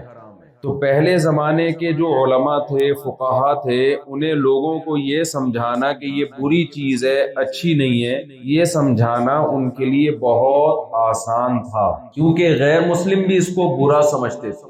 وہ یہ کہتے تھے یہ گدھے گھوڑوں کا, کتے بلوں کا کام ہے, یہ انسانوں کا کام نہیں ہے. لیکن اب کیا ہے کہ مسلم دنیا ایک طرف اور مسلم کے علاوہ جو دنیا ہے وہ پوری ایک طرف ہو گئی. اب یہ اخلاقی برائیاں, لڑکوں سے بدفعلی, ہومو سیکشولیٹی, لڑکیوں سے گرل فرینڈ بنا کے ان سے دوستیاں لگانا, ولد الزنا, حرام بچے پیدا کرنا, اب یہ چیزیں سوسائٹی کا حصہ بنتی چلی جا رہی ہیں, ہمارے معاشرے کا حصہ بنتی چلی جا رہی ہیں۔ یہاں میں آیا تو پتہ چلا یہاں بھی نوجوان جو مسلمان بچے آہستہ آہستہ شراب کباب کی طرف کھسک رہے ہیں۔ دیکھو مسلمان صرف اور صرف اپنے مذہب پہ چلنے والا نہیں ہے، اس کی ذمہ داری یہ نہیں ہے کہ وہ مذہب پہ چلے، بلکہ آپ نے سنا ہے علماء سے، تبلیغ والوں سے کہ رسول اللہ صلی اللہ علیہ وسلم آخری نبی ہیں۔ تو اب آپ صلی اللہ علیہ وسلم کے بعد کوئی نیا نبی نہیں آئے گا۔ اب آپ مجھے ایک بات بتاؤ، تو اللہ نے اسلام کو قیامت تک زندہ رکھنا ہے، تبھی تو اللہ نے نئے نبی کا راستہ بند کر دیا نا۔ پہلے زمانے میں جب نبی آتے تھے ان کے دین کی تعلیمات ختم ہو جاتی تھیں، لوگ ان پیغمبر کی تعلیمات پر عمل کرنا چھوڑ دیتے تھے، تو کوئی بات نہیں، اللہ اپنے بندوں پر حجت کو تمام کرنے کے لیے نئے پیغمبر کو بھیج دیا کرتے تھے۔ اب جب رسول اللہ صلی اللہ علیہ وسلم آخری نبی ہیں، آپ کے بعد کسی نبی نے نہیں آنا، تو اب اللہ اس دین کی حفاظت کرے گا کیسے؟ مسلمانوں کے ذریعے کرے گا۔ سمجھ میں آ رہی ہے بات کہ نہیں آ رہی؟ تو اب آپ کے ذمے صرف خود دین پر عمل نہیں ہے، بلکہ آپ مبلغ اور داعی بھی ہو، آپ نے دین کو دنیا میں پھیلانا بھی ہے۔ تو مجھے ایک بات بتاؤ، اگر آپ یہاں پر انہی غیر مسلموں کے ساتھ شراب کباب میں لگ گئے تو آپ میں اور ان میں پھر کوئی فرق بچے گا؟ وہ کہیں گے یار مسلمان بھی پیتے ہیں ہم بھی پیتے ہیں، تو کیا ہو گیا، اس میں کیا فرق ہو گیا؟ یہ تو بیڑا غرق ہو جائے گا بھائی، اللہ نہیں چھوڑے گا، ڈبل سزا ملے گی آپ کو، ڈبل مجرم ہوگے۔ مسلمان وہ صرف مسلم نہیں ہے، بلکہ وہ اسلام کو ریپریزنٹ بھی کرتا ہے، وہ اسلام کا نمونہ بھی ہے وہ۔ اور مسلم کنٹریز میں اتنا اثر نہیں ہوتا مسلمان کی بدعملی کا، غیر مسلم کنٹری میں جب کوئی مسلمان بدعملی کرتا ہے تو یہ تھوڑا جرم نہیں ہے، یہ بہت بڑا جرم ہے۔ تو اب یہاں ایسا نہیں کرنا کہ آپ ان جیسے بن جاؤ۔ اور یہ جو میں نے شعر پڑھا ہے نا، رنگ رلیوں پہ زمانے کی نہ جانا اے دل، کیا زبردست شعر کہا ہے شاعر نے۔ اپنے دل کو، دل کا کام کیا ہوتا ہے؟ کوئی بھی خوشنما چیز دل کو جب نظر آتی ہے دل اس کی طرف کھینچا چلا جاتا ہے، ایسا ہی ہے نا؟ جب بھی کوئی اٹریکٹیو چیز نظر آئے گی دل کیا کرے گا؟ جائے گا کہ نہیں جائے گا؟ اسے بول لو بھائی، اگر جائے گا جائے گا نا اس کی طرف۔ تو کچھ مزین چیزیں ایسی اللہ نے بنائی ہیں کہ جن کی طرف اگر ہمارا دل پھسلتا ہوا چلا جائے تو اللہ کو کوئی اعتراض نہیں ہے۔ اللہ کہتے ہیں کوئی بات نہیں بھائی، بھوک لگ رہی ہے اور کباب پراٹھے رکھے ہوئے ہوں، روٹی رکھی بھی ہو، پراٹھے بولوں گا تو لوگ رات کو بھی پراٹھے کھلانا شروع کر دیتے ہیں مجھے، تو آپ بتاؤ دل اس کی طرف کھینچے گا کہ نہیں کھینچے گا؟ اللہ نے بھی کہا کوئی پابندی نہیں ہے، کھینچ رہا ہے تو کھا لو، استعمال کر لو۔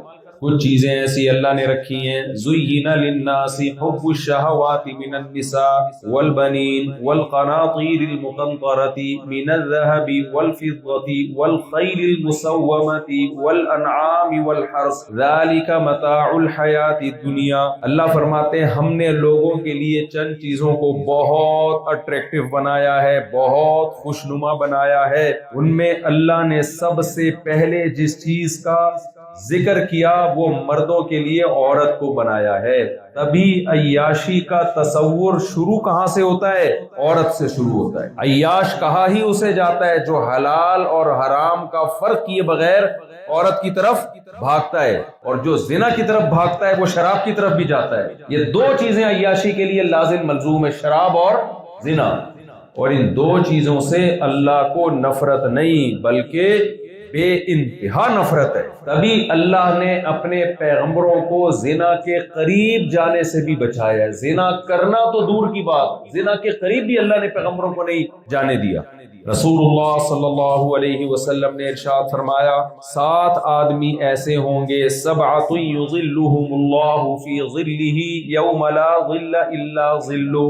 میدان حشر جب قائم ہوگا نا، دیکھو ہم میدان حشر کے قائل ہیں، ہم موت کے بعد زندگی کے قائل ہیں۔ غیر مسلم جتنی عیاشی کرے کم ہے، کیونکہ وہ مرنے کے بعد زندگی کا قائل نہیں ہے۔ وہ کہتا ہے جب ہم مر جائیں گے تو مٹی ہو کے ختم ہو جائیں گے، کوئی دوبارہ زندگی نہیں ہے۔ وہ تو کرے گا جو مرضی کرے بھائی، اس کو کرنے دو۔ آج میں نے ایک بندہ دیکھا بیٹھا ہوا ہے فٹ پاتھ پہ، یہیں کا مقامی، کوئی عجیب عجیب سی باتیں کر رہا ہے، پتہ نہیں خود ہی اپنے آپ سے باتیں کر رہا ہے۔ میں نے کہا اس کو کیا ہو گیا, کوئی ایسا تو نہیں کوئی ہینڈ فری لگا ہوا ہو ہمیں نظر نہ آ رہا ہو. تو اس نے بتایا کسی نے کہ بھائی وہ 2 ڈھکن زیادہ پی لیا, 2 ڈھکن زیادہ پی لیا. تو کوئی صحت پہ اثر نہیں پڑتا بھائی, وہ 2 ڈھکن پیے, 8 ڈھکن پیے, 2 بوتلیں پی, 1 بوتلیں پی, ان کی بوتل ان کا ڈھکن بنائی بھی خود, خریدی بھی خود, وہ جانے اور اللہ جانے.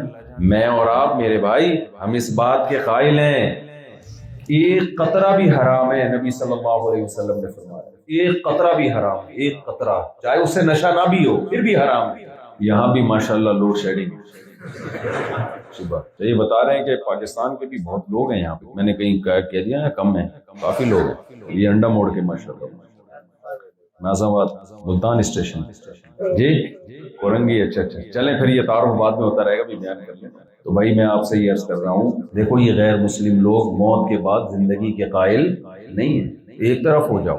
اللہ تعالیٰ قرآن مجید میں بار بار اس مضمون کو دہراتا ہے.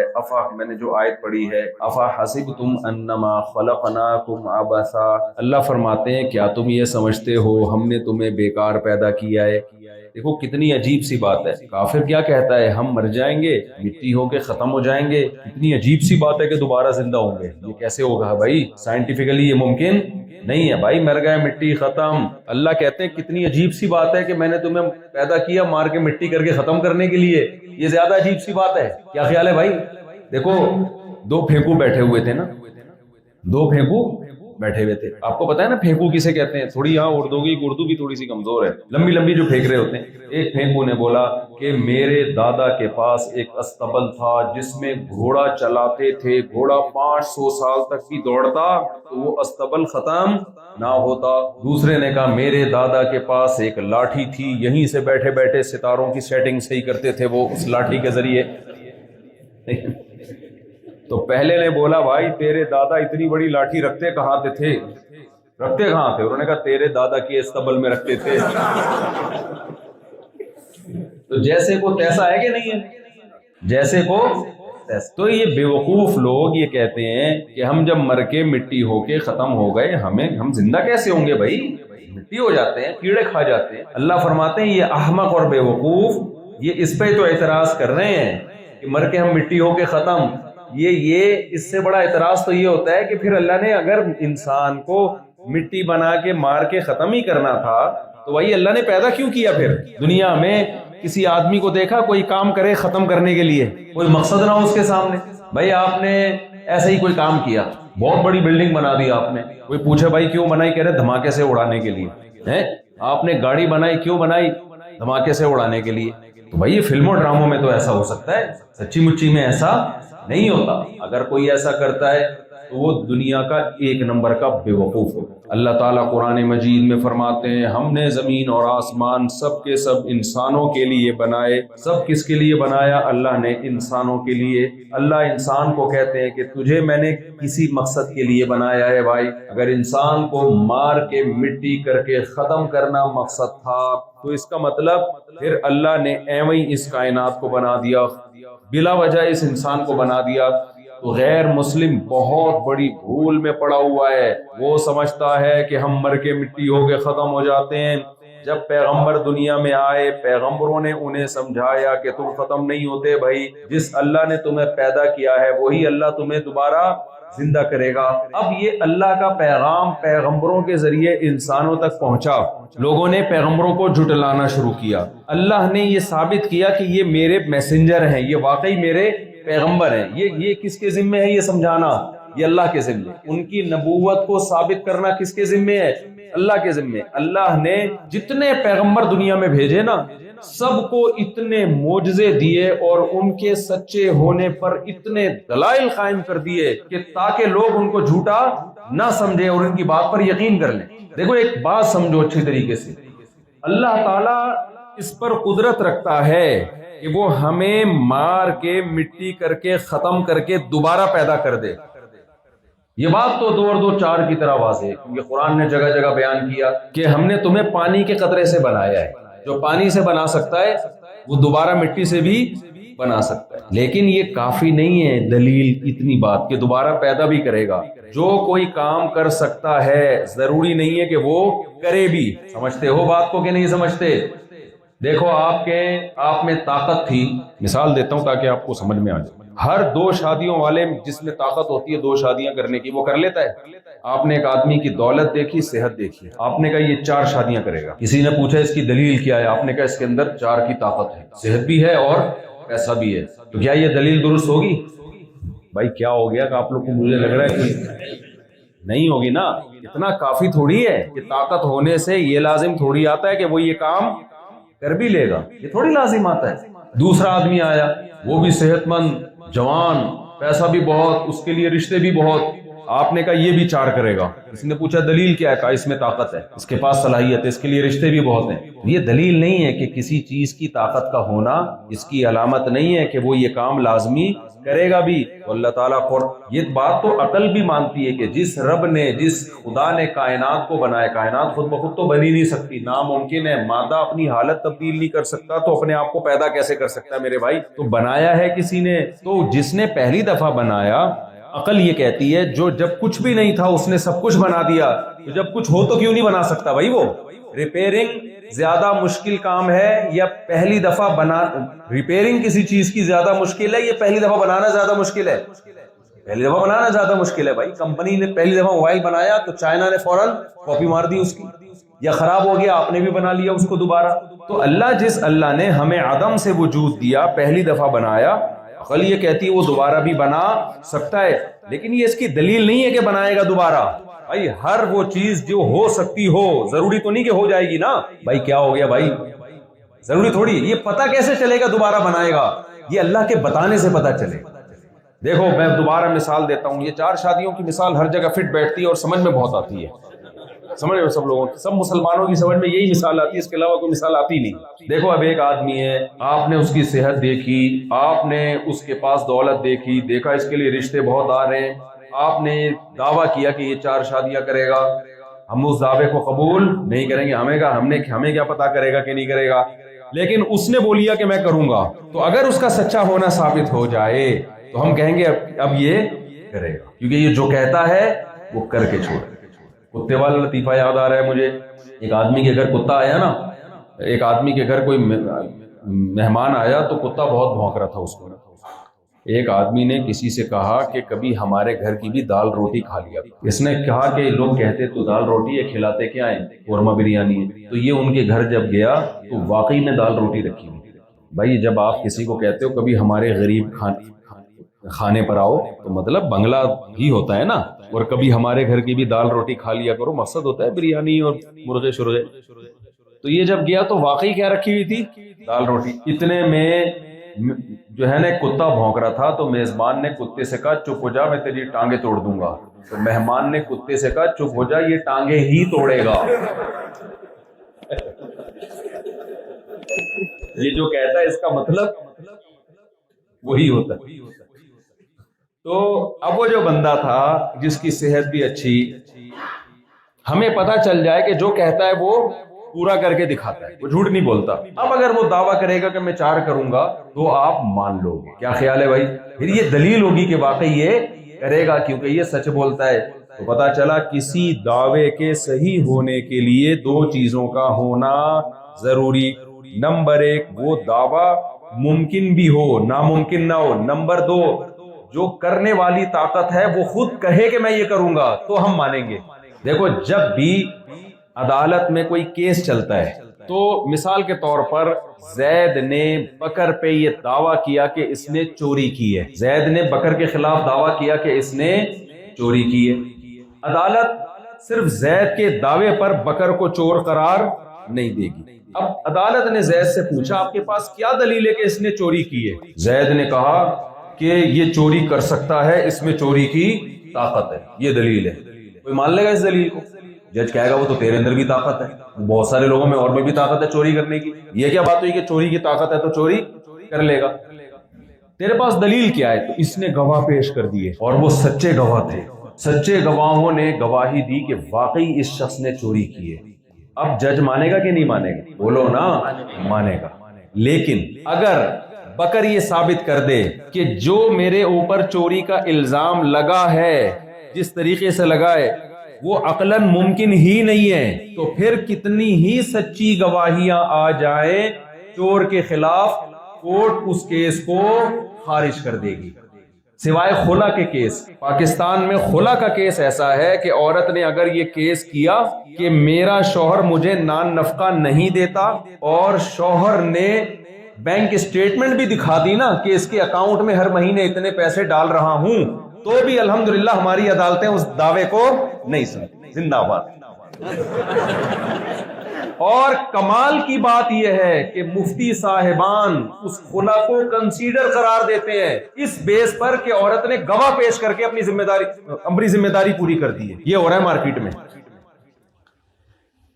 یعنی بیچارہ مفتی کیا کرتا ہے, وہ کہتا ہے کہ چونکہ عورت نے گواہ پیش کر دی کہ بھائی اس نے نان نفقہ, یہ ظلم ہے, نان نفقہ نہیں دیتا یا مارتا پیٹتا یا جو مرضی ہے, تو چونکہ عورت نے فارمیلٹی پوری کر دی ہے لہذا فلاں فقہ کے مطابق یہ خلا بنتا ہے. میرا اس پر اشکال یہ ہے کہ جب جج کو جرح کی اجازت ہی نہیں ہے گواہوں پہ, یہ کون سا فقہ ہے بھائی جس میں ایسے گواہ بھی قبول کر لیے جائیں گے جس میں جرح کی نہ صرف جج کرتا نہیں بلکہ اس پہ پابندی ہے. اس لیے بھائی یہ کسی فقہ میں یہ والا خلا نہیں ہوگا. یہاں اگر علماء بھی بیٹھے تو اس کو خوب اچھی طرح سمجھ لیں. تو عورت کو ثابت تو کرے نا, اگر وہ گواہ پیش کرتی ہے نا, ہمارے ہاں عدالتوں میں یہ ہو رہا ہے کہ بھئی یہ ظلم کرتا ہے تو شوہر کو اجازت نہیں ہے کہ وہ گواہوں پہ جرح کر سکے, وہ یہ دعویٰ کر سکے کہ یہ گواہ جھوٹے ہیں یا میرے پاس ثبوت ہے کہ ان کے جھوٹے ہونے کا, یہ شوہر کو اجازت ہی نہیں. تو بعض علماء یہ غلطی کر رہے ہیں پاکستان میں بھی اور دنیا بھر میں بھی. مفتیان کرام وہ یہ دیکھتے ہیں کہ چونکہ عورت نے گواہ پیش کیا ہے تو فقہ مالکیہ کے مطابق یا فقہ حنبلی کے مطابق ایک گواہ اور ایک یمین پر بھی فیصلہ ہو جاتا ہے. یہ اچھا علمی ٹاپک ہے لیکن یہاں بہت سے علماء بھی بیٹھے ہیں تو اس لیے میں نے کہا وہ ان کے ایک دفعہ ان کی نظر سے بھی گزر جائیے. تو چونکہ ایک گواہ اور ایک یمین پر فقہ حنبلی میں فیصلہ ہو جاتا ہے تو عورت نے ایک گواہ پیش کر دیا اور قسم بھی اٹھا لی تو جج نے کر دیا تو حنبلی فقہ کے مطابق ہو گیا. بھائی ایسا نہیں ہے, حنبلی فقہ میں جرح کی اجازت تو ہے نا کہ شوہر 2 اور 2 4 کی طرح ثابت کر دے کہ یہ گواہ جھوٹا ہے, تو پھر کیسے اس کی گواہی قبول ہوگی. تو ہم کیسے اس میں فقہ حنبلی کو لے سکتے ہیں کہ جہاں جج کو یہ غور کرنے کی بھی اجازت نہیں ہے, وہ لا کا پابند ہے کہ عورت گواہ پیش کرے نہ کرے, شوہر اس گواہ کے خلاف 2 اور 2 4 کی طرح بھی دلائل دے دے گا تو بھی گواہ کا ہونا نہ ہونا کالعدم ہے, لہذا اس میں فقہ حنبلی نہیں چلے گا. یہاں پہ فقہ حنبلی فٹ ہی نہیں بیٹھتا. یہاں پہ سمجھتے ہو گے نہیں سمجھتے؟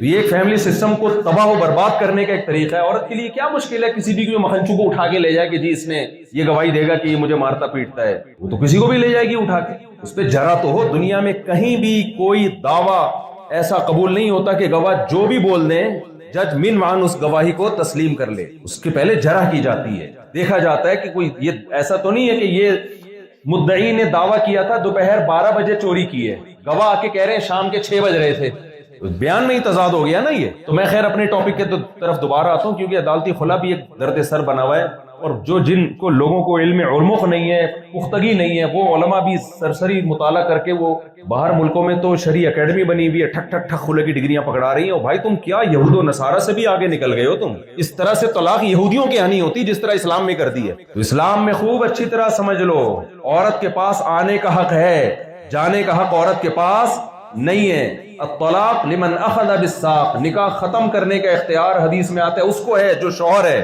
ہاں اگر مرد ظلم کر رہا ہے خاص نوعیت پہ, چھوٹی موٹی ہر جگہ اونچ نیچ ہوتی ہے, ظلم کر رہا ہے تو عورت گواہ کے ذریعے اس ظلم کو ثابت کرے گی, پھر تنسیخ نکاح ہو سکتی ہے, لیکن گواہوں کے ذریعے اس کو ثابت کرنا پڑے گا.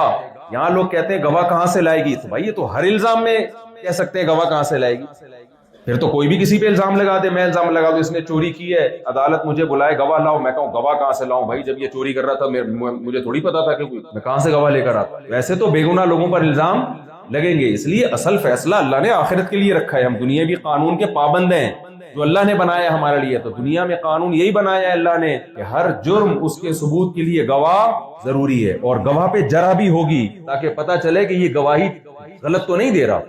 تو میں اب دوبارہ اپنے ٹاپک کی طرف آتا ہوں, کیونکہ یہ جو خلا ہمارے یہاں عدالتوں نے چلا دیا نا, اس میں گرل فرینڈ بوائے فرینڈ میں اور میاں بیوی میں فرق ختم. گرل فرینڈ میں بھی جب چاہو ٹاٹا کر کے نکل جاتی ہے, تو میاں بیوی میں بھی ایسے ہی, عورت جب چاہے گی ڈگری خلا کے لیے. اور پھر افسوس اس پر ہو رہا ہے کہ فقہ مالکیہ سے کبھی لیا جا رہا ہے, کبھی فقہ حنبلیہ سے لیا جا رہا ہے, اور ٹھٹا ٹھگا علماء بھی جو ہے نا اس پہ فتوے لگا رہے ہیں. ان کو نہیں پتا کہ آپ کر کیا رہے ہو. بھائی اس سے کتنا ڈینجرس ہے یہ, کتنا خطرناک کام ہو رہا ہے یہ. اس کا نقصان عورت کو ہوگا. کیا نقصان ہوگا عورت کو؟ مرد شادیاں کرنا چھوڑ دیں گے, مرد کو جب پتا ہوگا کہ میری بیگم کسی بھی وقت مارکیٹ سے شارٹ ہو سکتی ہے تو وہ بیگم بنا کے اس کو رکھے گا ہی نہیں. وہ کاغذ میں بیگم ہوگی, بیہیویئر اس کا گرل فرینڈ والا ہوگا اس کے ساتھ. تو پتا ہے کسی بھی وقت مارکیٹ سے شارٹ ہوگی, وہ فلاں نہیں چلے گی, نہ وہ اس کے نام جائیدادیں کرے گا, نہ گھر بنا کے دے گا, نہ نان نفقہ اٹھائے گا. بولے گا بھائی میں اتنے ذمہ داریاں اس کی کیوں اٹھاؤں یار, کیا بھروسہ کل ٹاٹا کر کے نکل لے گی. تو علماء کی بھی اس طرف توجہ نہیں ہے. افسوس اس پر ہوتا ہے کہ آپ کیا کر رہے ہو, اپنے ہاتھوں سے آپ خاندانی نظام کو توڑ رہے ہو. اتنا 1400 سال سے ہمارا فیملی سسٹم اتنا مضبوط چلا آ رہا ہے. آپ ویمن رائٹ سے متاثر ہو گئے, جو گوروں نے غیر مسلموں نے نعرے لگائے ہیں, آپ بھی اس سے متاثر ہو گئے. پھر ہمیں مذہب کی کیا ضرورت ہے؟ پھر تو یونائٹڈ نیشن بہترین ہے قانون سازی کے لیے, کیا ضرورت ہے پھر ہمیں مذہب سے چلنے کی بھائی. خیر, تو میں کیا عرض کر رہا تھا میرے بھائی, دلیل کے لیے 2 چیزیں ضروری ہیں. آپ نے دعویٰ کیا بکر پہ کہ اس نے چوری کی ہے. دوبارہ سے میں نا مثال تاکہ کھوپڑی شریف میں اچھی طرح بیٹھ جائے. آپ نے دعویٰ کیا کہ بھئی یہ بکر نے چوری کی. عدالت میں آپ گئے, عدالت نے آپ سے دلیل پوچھی, آپ نے کہا کہ کر سکتا ہے, یہ اس کے اندر طاقت ہے چوری کی. تو جج اس دلیل کو دلیل نہیں مانے گا, بولے گا بھئی کر سکنے سے یہ تھوڑی ثابت ہوتا ہے کہ کی بھی ہے. آپ نے کیا کیا, آپ نے کہا جج صاحب پھر کیا دعوے پہ میں کیا پیش کروں؟ بھائی گواہ لے کر آؤ. آپ نے 8-10 گواہ لے گئے اور سارے 4 مہینے لگے ہوئے, بڑی بڑی داڑیاں ان کی, تہجد گزار گواہ, ایسے نیک کہ آج تک ان کی زبان مبارک سے کبھی جھوٹ سنا نہیں. چرس ہیروئن تو دور کی بات, کبھی پان نسوار بھی نہیں رکھا ہوں, اتنے نیک.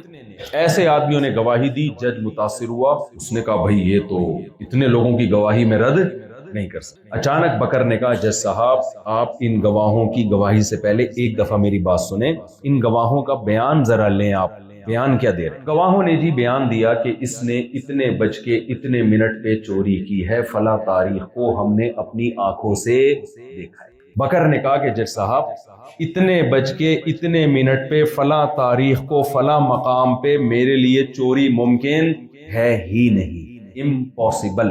کیوں بھائی ممکن کیوں نہیں ہے؟ دیکھو جج صاحب میں اس اتنے بج کے اتنے منٹ پہ فلاں کنٹری میں تھا. سمجھ میں آ رہی ہے بات؟ یہ میرا جہاز کا ٹکٹ ہے. جج کہے گا بھائی اتنے آدمی جھوٹ نہیں بول سکتے, ہو سکتا ہے تم نے جھوٹا ٹکٹ بنا لیا ہو سکتا ہے تم نے کیا بنا لیا ہو, جھوٹا ٹکٹ. جج صاحب مجھے پتا تھا یہ مجھ پہ الزام لگائے گا, اس لیے میں نے جھوٹا ٹکٹ نہیں بنایا, بلکہ ٹکٹ کے ساتھ ساتھ میں نے اور بھی ثبوت رکھے ہیں یہ بتانے کے لیے کہ میں اتنے بج کے اتنے منٹ پہ کہاں تھا, اس ملک میں تھا. یہ میرے جہاز میں بیٹھنے کی ویڈیو, یہ فلائٹ دیکھ لو آپ, اس اتنے بج کے اتنے منٹ پہ اڑی تھی کہ نہیں اڑی تھی, اور یہ میری ویڈیو دیکھ لو اس وقت میں یہاں تھا. اتنے اس نے ثبوت دے دیے فلاں جگہ ہونے کے کہ اب یہ گواہ سچے تو ہیں, لیکن جو یہ دعویٰ کر رہے ہیں وہ ممکن الوقوع ہے ہی نہیں, اس کا وقوع ممکن ہے ہی نہیں.